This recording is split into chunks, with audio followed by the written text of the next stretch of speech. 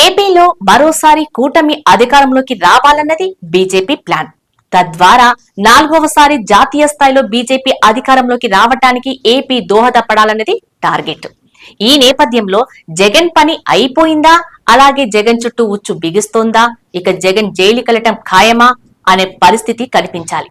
ఇది ఏకంగా ఓ పక్క ప్రణాళిక. ఏపీ పొలిటికల్ సర్కిల్లో ఇదే చర్చ నడుస్తుంది. జగన్ కేసుల విషయంలో రోజువారీ విచారణ జరగాలన్న కోర్టు ఆదేశాలు ఇప్పుడు సంచలనంగా మారుతున్నాయి. మున్ముందు ఈ పరిణామాలు జగన్ కు ఇబ్బందులు తెచ్చిపెట్టడం ఖాయమన్న ప్రచారమూ నడుస్తుంది. ప్రత్యక్షంగా జగన్ ను దెబ్బతీయడం అంత సులువు కాదు. అందుకే సాంకేతికంగా ఇబ్బంది పెట్టాలని చూస్తుంది బీజేపీ. ఇక పవన్ కళ్యాణ్ ఒత్తిడి ఎలానూ ఉంటుంది. అందుకే వచ్చే 2 సంవత్సరాల్లో జగన్ కేసుల విషయంలో ఇబ్బంది పడటం ఖాయమని ప్రచారము నడుస్తుంది. ముఖ్యంగా కేసులో జగన్ కు 2 ఏళ్ల పాటు జైలు జీవితం తప్పదన్న ప్రచారం ఢిల్లీ వర్గాల్లో వినిపిస్తుంది. అయితే ఏపీ రాజకీయాల నుండి జగన్ ను తప్పించటం అంత సులువు కాదు.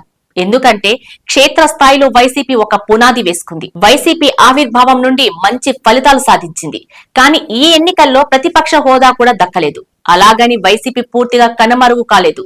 ఓటు శాతం అమాంతం పడిపోలేదు. ఈ ఎన్నికల్లో జగన్ ఓడిపోయినా ఆ పార్టీకి 40% ఓటింగ్ వచ్చింది. ఇది సామాన్యమైన విషయం కాదు. అందుకే జగన్ పతనం శాసించడం బీజేపీ తరం కూడా కాదు.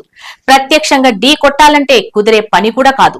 ఆ విషయం తెలిసే బీజేపీ కొత్త రూట్ వెతికింది. కేసుల రూపంలో జగన్ ను దెబ్బతీయాలని చూస్తుంది. జగన్ కేసులను మరింత వేగవంతం చేసి శిక్ష పడేలా చేయాలనేది ఒక వ్యూహంగా తెలుస్తుంది. అప్పటి వరకు వైసీపీకి ఎంత నష్టం చేయాలో అంత నష్టము చేస్తారు.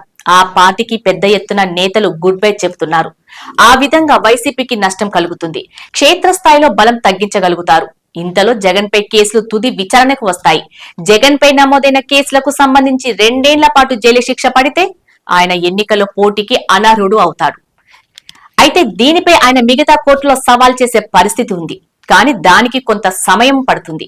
ఇంతలో వచ్చే ఎన్నికలు దాటిపోతాయి కూడా. బీజేపీ అలా ప్లాన్ చేసిందన్నమాట. కూటమి వ్యూహం అదే అన్నమాట. మరి ఏం జరుగుతుందో చూడాలి.